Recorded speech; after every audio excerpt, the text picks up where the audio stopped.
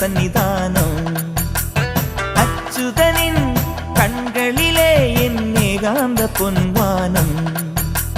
சரணம் சரணம் குரு சுவாமி, எந்தன் வேண்டுதல் தீர்த்திடு சுவாமி.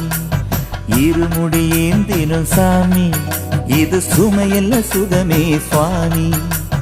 கரிமலை முட்களின் தோட்டம், கண்ணீருட்டிடும் பனிமூட்டம், காட்டானைகளின் கூட்டம்.